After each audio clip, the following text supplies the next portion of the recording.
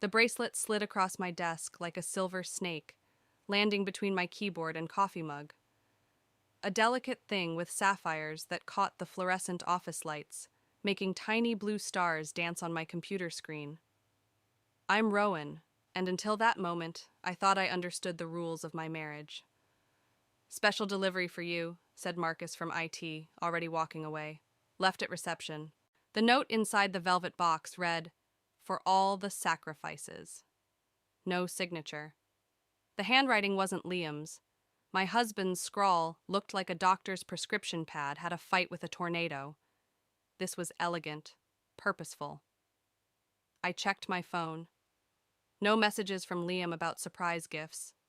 Strange, considering we'd just had another argument about cutting back on expenses last night. His freelance work had been slow, he'd said, while I carried most of our financial burden.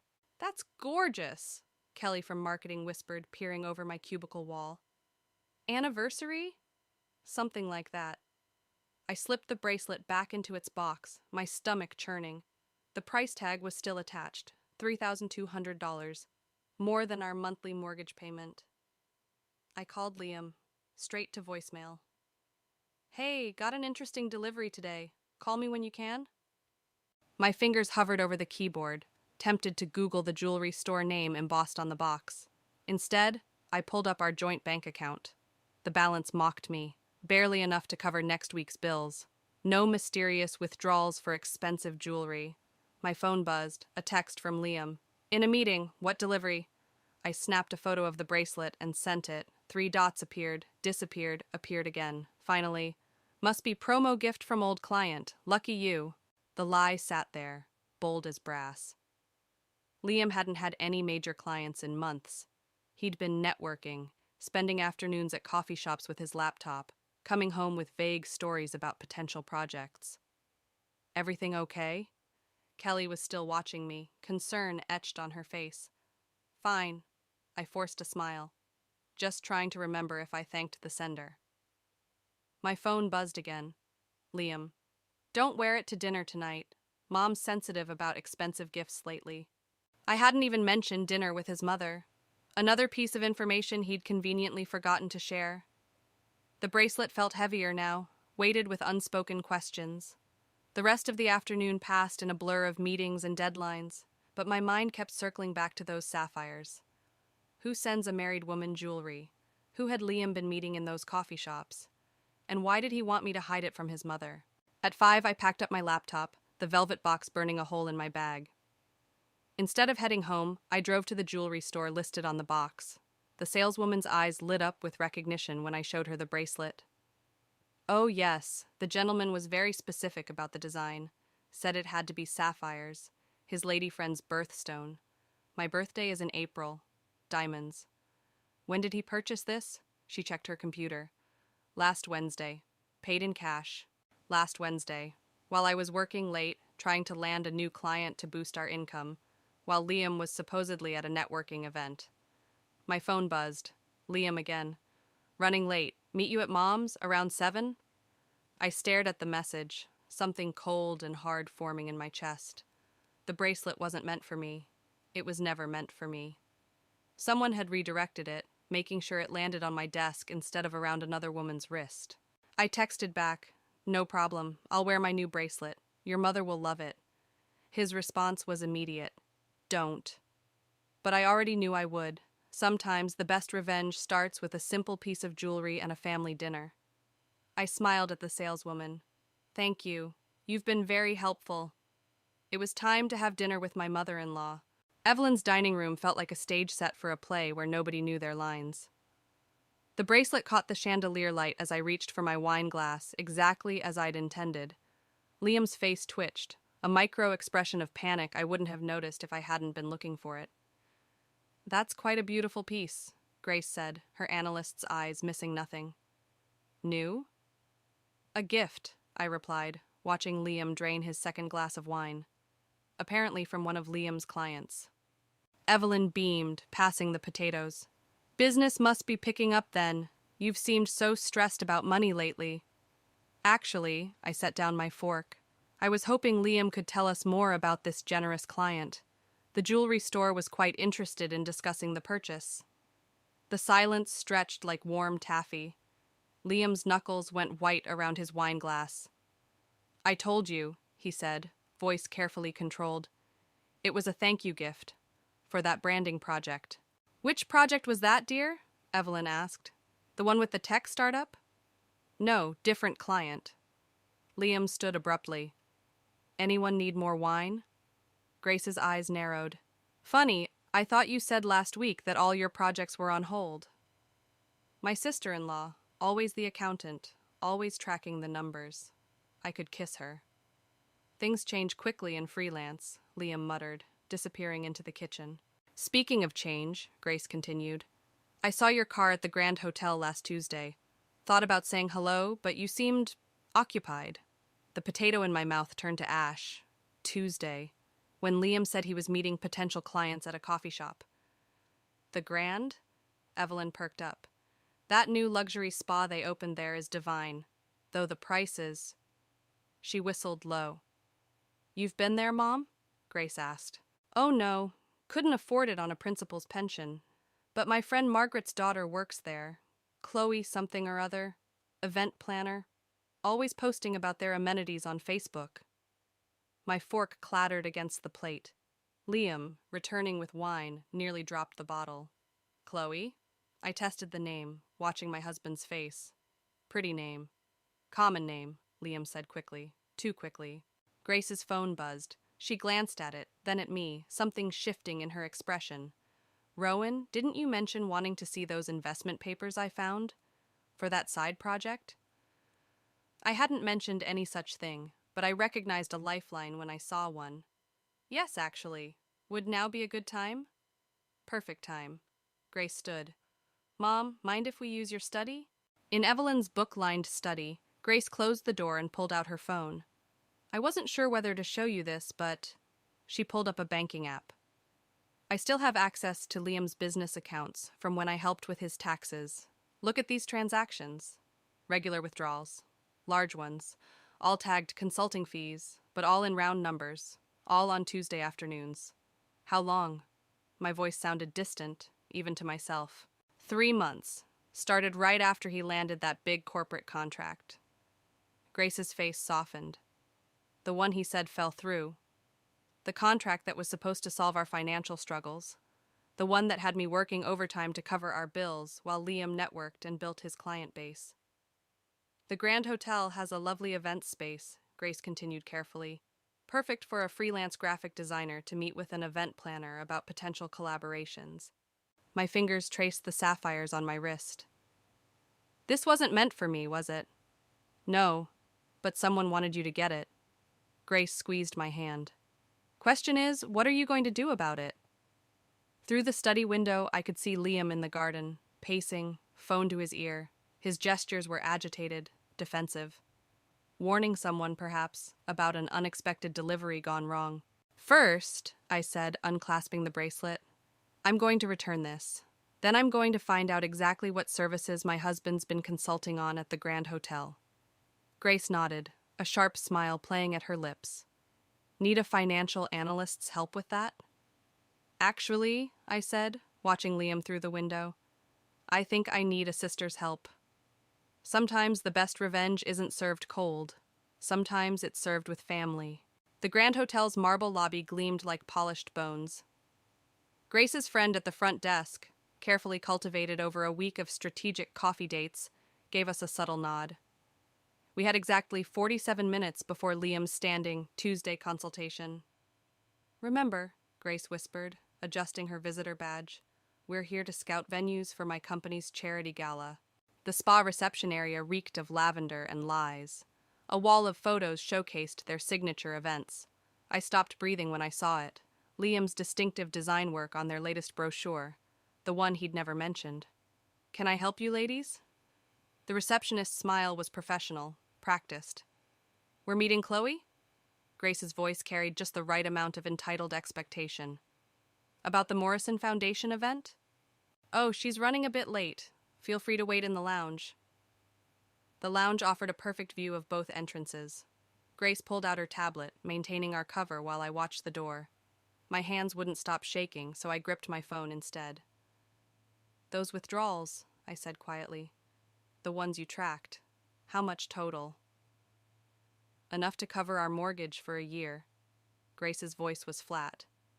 "He's been moving it through 3 different accounts to hide the trail." The click of heels on marble made us both look up. A woman in a fitted black dress strode past, all confidence and calculated grace. My stomach lurched. She wore an identical sapphire bracelet. "That's her," Grace confirmed unnecessarily. Chloe disappeared into an office, leaving behind a wake of expensive perfume and bitter reality. I started to stand, but Grace grabbed my wrist. "Wait for it." 3 minutes later, Liam walked in. My husband of 8 years, wearing the blue shirt I'd given him last Christmas, carrying the leather portfolio I'd helped him pick for client meetings. He didn't even glance around before following Chloe's path to the office. "Now what?" My voice sounded strange, distant. "Now we wait. Unless you'd rather—" The office door opened. Chloe emerged, followed by Liam, both heading toward the private elevator. His hand rested on the small of her back with familiar intimacy. "I need air." I stood abruptly, drawing curious glances. Grace followed me to the garden terrace, where I gripped the railing until my knuckles went white. A few feet away, through the glass doors, I could see Liam and Chloe stepping into the elevator, his arm now around her waist. "You knew," I said to Grace, "before the bracelet, before any of this." "I suspected. The numbers didn't add up." She touched my shoulder. "I needed proof before I told you. I'm sorry." My phone buzzed, a text from Liam. "Working late tonight. Big project deadline." Another buzz. "Don't wait up." The screen blurred as tears threatened to fall. I blinked them back, anger replacing pain. "I want to destroy him." "Rowan!" "No, listen. He's not just cheating. He's stealing. From our future. From our—" I stopped, the final betrayal hitting me like a physical blow. "The fertility treatments. The ones we couldn't afford." Grace's sharp intake of breath told me she'd made the same connection. The treatments we'd postponed because of Liam's temporary financial setback, while he funded his affair with our savings. My phone buzzed again. An email this time, from an anonymous account. "Thought you should see this." Attached were photos, Liam and Chloe at restaurants, hotels, jewelry stores. The timestamps went back months. "Someone's helping us," Grace said, reading over my shoulder. "Or setting us up." I straightened, a plan forming. "Either way, I'm done playing defense." "What are you thinking?" I watched the elevator numbers climb to the penthouse level, where the hotel's most expensive suites were located. "I'm thinking it's time to plan an event of our own. Something special. Something—" I smiled, cold and sharp. "Sacrificial." Grace's answering smile was equally predatory. "I know just the venue." Through the glass, I could see Chloe's bracelet catching the light as the elevator doors closed. Soon, she'd learn what happens when you wear another woman's sacrifice like a trophy. But first, I had a charity gala to plan. The anonymous emails kept coming, each one a digital dagger, time-stamped proof of Liam's betrayal. I spread them across my laptop screen like tarot cards, reading our future in megapixels and metadata. "You need to see this," Grace said, barging into my home office. She carried her tablet like a weapon. "I traced those consulting payments. They're not just going to the grand." I minimized the photos. "What do you mean?" "There's a shell company, Phoenix Creative Solutions, registered 6 months ago." Grace's fingers flew across her tablet. "Guess who's listed as creative director?" The name hit me like a slap. Chloe Marshall. "They're business partners?" My voice cracked on the last word.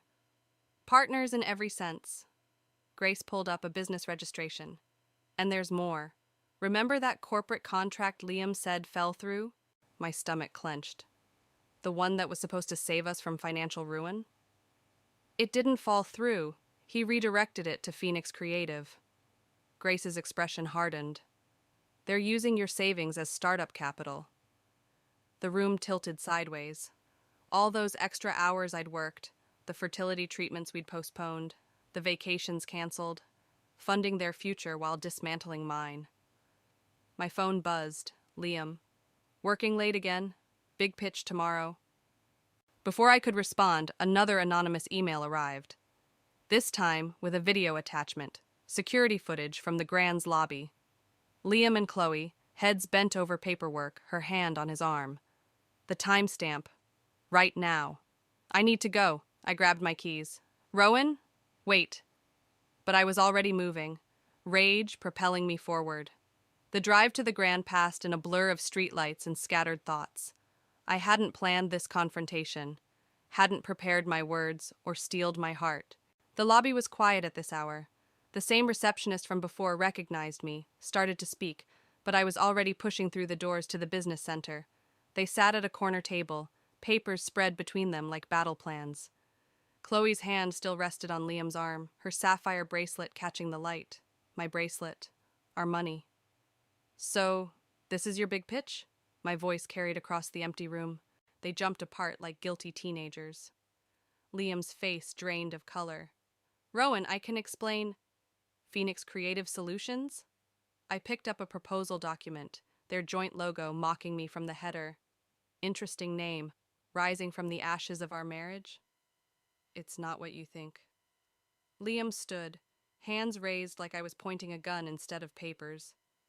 This is a business opportunity, built on lies. I turned to Chloe, who hadn't moved. Did he tell you about the fertility treatments we canceled, or did that money go straight into your startup? Something flickered across her face. Surprise? Guilt? Before her professional mask slipped back into place.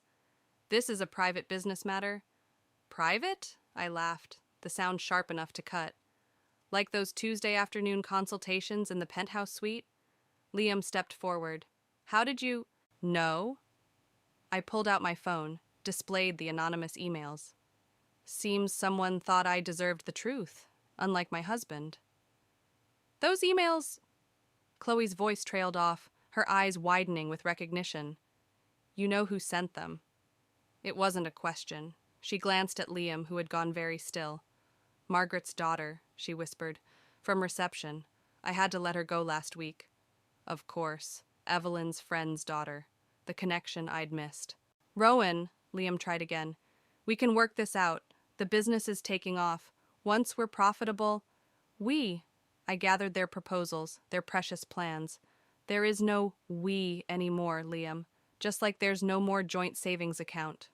His face changed. What did you do? What you taught me to do. I smiled, thinking of Grace's financial maneuvering. I protected my investments. I left them there, surrounded by their schemes and lies, knowing tomorrow would bring a different kind of revelation. Because while they'd been planning their future, Grace and I had been planning something else entirely. Sometimes the best revenge isn't just about exposing lies. Sometimes it's about turning their own weapons against them. The Morrison Foundation gala invitation sat on my desk like a loaded gun. Grace had pulled strings, called in favors, and somehow managed to get Phoenix Creative Solutions hired as the event planners. They didn't know I was the anonymous client representative they'd been coordinating with for weeks. Everything's set, Grace said, reviewing the final arrangements. Chloe's planned quite the spectacle. Live streaming, press coverage, all their major clients attending. Perfect venue for a different kind of reveal. I touched the USB drive containing months of financial records, emails, and surveillance footage. Is the presentation ready? Locked and loaded. They won't see it coming. My phone lit up with Liam's message. Can we talk? About last night? Another message followed. I know I hurt you, but this business could change everything. Give me a chance to explain. Grace read over my shoulder. He's scared. Good. The gala was tomorrow night. Our chance to expose not just the affair, but the financial fraud that could destroy their precious Phoenix Creative before it truly launched. Yet something gnawed at me. What if we're becoming just like them? The question slipped out before I could stop it. They stole your future, Grace reminded me. Used your savings, your trust. I know. I stood, pacing. But this revenge, it feels like it's changing me. My office door opened. Kelly from marketing stood there, face pale. Rowan, you need to see this. She held up her tablet. On screen was Phoenix Creative's latest Instagram post. Chloe, wearing my bracelet, announcing their company's selection as the Morrison Foundation's exclusive event partner. The caption praised their unique vision and family values. My hands shook as I read the comments. Potential clients praising their work. Industry leaders offering congratulations. All built on stolen dreams and diverted funds. Family values, I whispered, something breaking loose inside me.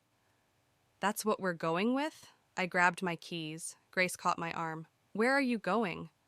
To give Liam his chance to explain. The drive to his new apartment felt like crossing a boundary. He opened the door, surprise flickering across his face. Behind him, I caught glimpses of the life he'd built without me. Design mock-ups on the walls, Chloe's coat draped over a chair. Rowan, I saw the announcement. My voice stayed steady, surprising me. Congratulations on the Morrison account. That's what I wanted to discuss. He stepped back, letting me in. We could work together. Your marketing experience, our design work. Our? I picked up a framed photo of him and Chloe at some industry event. Like our savings? Our marriage? I know you're angry. I'm not angry, Liam. I set down the photo. I'm awake. His expression shifted. What does that mean?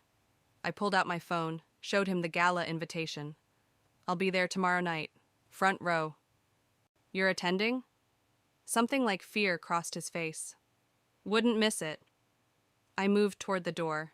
After all, family should support family, right? Rowan, wait. But I was already gone, my decision crystallizing with each step. This wasn't about revenge anymore. This was about justice, about consequences, about showing the world the true cost of family values. Grace was waiting in my office when I returned. Well? I picked up the USB drive. Change of plans. We're not just exposing their fraud. What do you mean? I want everything public. The affair, the stolen money, the lies. I gripped the drive tighter. Let their precious clients see exactly who they're dealing with. It'll destroy them completely, Grace warned. No coming back from that kind of exposure. Good. I sat down, started typing. Because tomorrow night, Phoenix Creative isn't rising from any ashes. Sometimes revenge isn't about getting even. Sometimes it's about burning everything down and walking away from the flames. The gala invitation seemed to glow on my desk, no longer a weapon, but a promise. Tomorrow night, we'd all learn the true meaning of sacrifice. The Morrison Foundation gala sparkled like broken glass. I sat in the front row, watching Liam and Chloe work the crowd, their success built on the ruins of my trust. The USB drive felt heavy in my clutch, a digital bomb waiting to detonate. Grace touched my arm. 10 minutes until their presentation. Then Evelyn appeared, beaming with pride. Darling, why didn't you tell me you were involved with Phoenix Creative? Liam just said you're considering joining the team. My carefully constructed plan cracked. He what? Oh, was it supposed to be a surprise? Evelyn's face fell. He's announcing it during the presentation, said it's time to bring the family back together. The room tilted. Liam had outmaneuvered me, turning my revenge into his redemption story. I watched him approach the podium, Chloe at his side, both wearing matching smiles that didn't reach their eyes.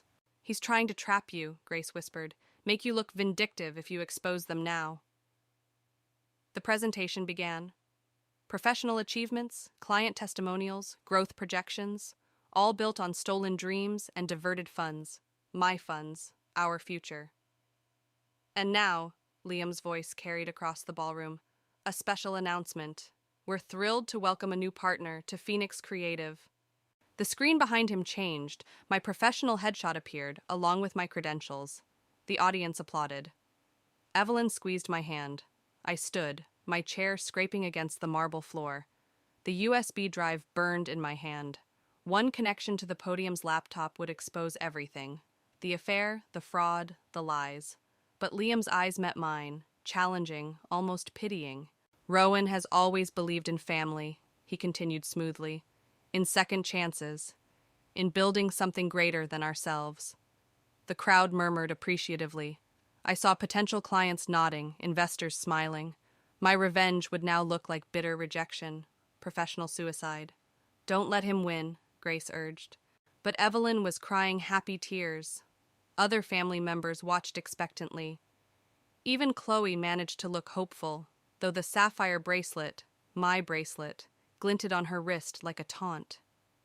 I moved toward the podium, USB drive clutched tight. Liam extended his hand, camera flashes capturing what looked like a touching family reunion. "Say something," he whispered, still smiling for the cameras. I took the microphone, my hand steady despite the chaos in my chest. The audience waited, my carefully planned revenge balanced on a knife's edge. "Family," I started, my voice carrying across the silent room. It's a beautiful word, sacred, even. Liam's smile widened, victory in his eyes. "But true family," I continued, "doesn't steal from each other." His smile froze. "True family doesn't take savings meant for fertility treatments and use them to fund affairs." Gasps rippled through the crowd. Evelyn's hand flew to her mouth. "True family," I held up the USB drive, "keeps receipts." "Rowan," Liam stepped forward, reaching for the microphone. "You're upset, I understand." "No," I pulled back. "You understand marketing, image, manipulation, but you never understood family." I turned to the audience, to the investors and clients they'd courted with stolen money and borrowed prestige. "Phoenix Creative was built on fraud. I have proof. Bank statements, emails, security footage. Would anyone like to see?" Chaos erupted. Investors stood, demanding answers. Journalists rushed forward, cameras flashing. Chloe disappeared into the crowd, already distancing herself from the implosion.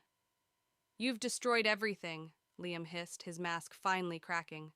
"No." I placed the USB drive in his hand. "You did that yourself. I just refused to burn with you." I walked away, past the shouting investors, past the stunned family members, past the life I thought I wanted. Grace followed, her silence supportive. Outside, the night air felt clean, purifying. My phone buzzed with notifications, news alerts already picking up the story, professional contacts reaching out, family members expressing shock and support. "Now what?" Grace asked. I looked back at the glittering ballroom, where Liam's carefully constructed facade was crumbling in real time. "Now," I said, "we rise." The morning after the gala, I found Liam waiting on my doorstep, clutching a newspaper. The headline screamed, "Phoenix Creative Scandal, Startup Built on Stolen Dreams." "You've ruined us," his voice cracked. "The investors are pulling out. Chloe's gone." "Karma's expensive, isn't it?" I moved to step past him. He grabbed my arm. "I can fix this. We can fix this. I'll pay back everything." "With what money?" Grace emerged from her car, tablet in hand. "The accounts are frozen. The authorities have questions about certain financial irregularities." Liam's face drained of color. "What did you do?" "Me?" I pulled free. "I just followed the money. Your sister did the rest." Grace held up her tablet, displaying a complex web of transactions. "Funny thing about fraud, it leaves breadcrumbs, especially when you're sloppy with the paperwork." "You helped me with those accounts," Liam snarled at Grace. I knew you were hiding something. That's why I kept records." She smiled coldly. "Family looking out for family, right?" My phone buzzed. Evelyn calling again.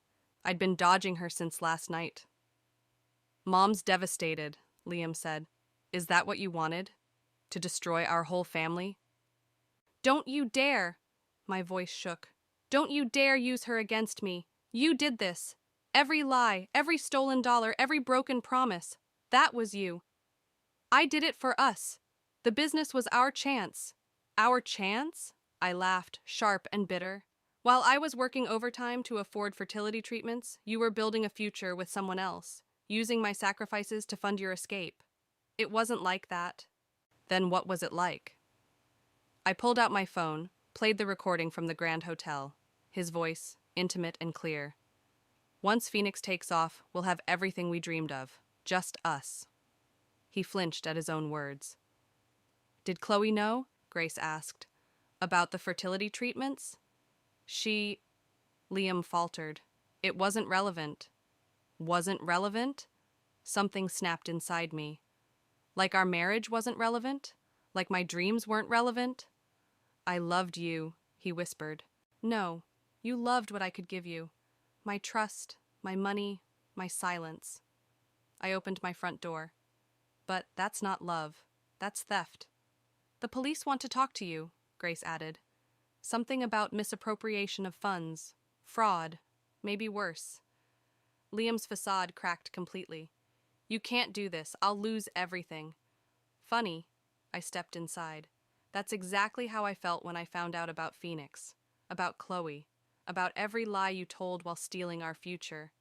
Rowan, please. The difference is, I turned back one last time. I didn't lose everything. I just lost the dead weight that was dragging me down. What do you want from me? His voice broke. Nothing. The truth of it hit me like sunrise.